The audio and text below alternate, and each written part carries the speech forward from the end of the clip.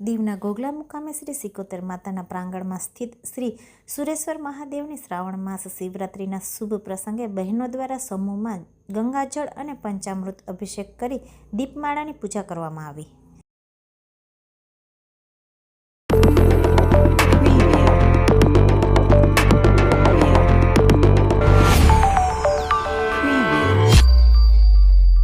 દીવના ઘોઘલા મુકામે શ્રી સિકોતર માતા ચોરાના પ્રાંગણમાં સ્થિત શ્રી સુરેશ્વર મહાદેવ મંદિરમાં શ્રાવણ માસ શિવરાત્રિના શુભ પ્રસંગે બહેનો દ્વારા સમૂહમાં ગંગાજળ અને પંચામૃત અભિષેક કરી દીપમાળાની પૂજા કરવામાં આવી।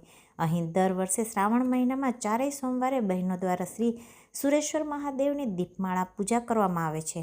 દર સોમવારે સંધ્યા સમયે અહીં ચોરાના બહેનો ભેગા મળીને શિવજીના મંદિરનો અલગ અલગ પાન અને રંગબેરંગી પુષ્પોથી તેમજ દીપમાળાથી અનોખો શણગાર કરે છે અને સર્વ બહેનો સાથે મળીને વર્ષભર દર સોમવારે મહાદેવની સંધ્યા આરતી અને પ્રસાદનું આયોજન કરે છે। આખા વર્ષભર અહીં દર સોમવારે તેમજ દરેક વાર તહેવારે શ્રી સુરેશ્વર મહાદેવ સહિત શ્રી સિકોતર માતા તેમજ ચાચણ માતાના ચોરાના બહેનો ધનલક્ષ્મી જશવંત દ્વારા પોતાના હાથે રંગબેરંગી અને એક સરખા જ સુંદર પોશાક બનાવીને આકર્ષક સાજ શણગાર કરવામાં આવે છે। આ સાથે કૃષ્ણાલી બહેન વિરેન્દ્ર અને નેહાબેન ભાવિક દ્વારા મહાદેવનો રંગબેરંગી પુષ્પ અને વિવિધ પાન તેમજ દીપથી અનોખો શૃંગાર કરવામાં આવે છે। તેમજ આખું વર્ષ ચોરા પાસે સ્થાપિત દરેક દેવી દેવતાઓના મંદિરની સાફ સફાઈ અને સજાવટ કરવામાં આવે છે। સાથે શેરીમાં રહેતા અન્ય બહેનો પણ મહાદેવની સેવામાં સહભાગી બને છે।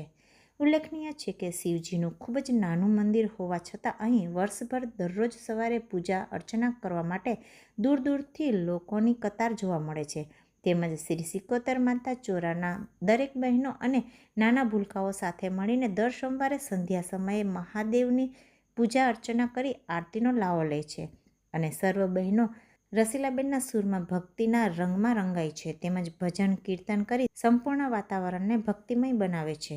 આશ્ચર્યની વાત એ છે કે અહીં બહેનો અને નાના ભૂલકાઓ દ્વારા મહાદેવની શ્રદ્ધાપૂર્વક તેમજ ભક્તિભાવ દ્વારા પૂજા અર્ચના કરવામાં આવતી ભક્તિ અને તે ભક્તિમય વાતાવરણને નિહાળવા દર વખતે નંદી મહારાજ પોતે પોતાની ઉપસ્થિતિ મંદિરના પ્રાંગણમાં નોંધાવે છે।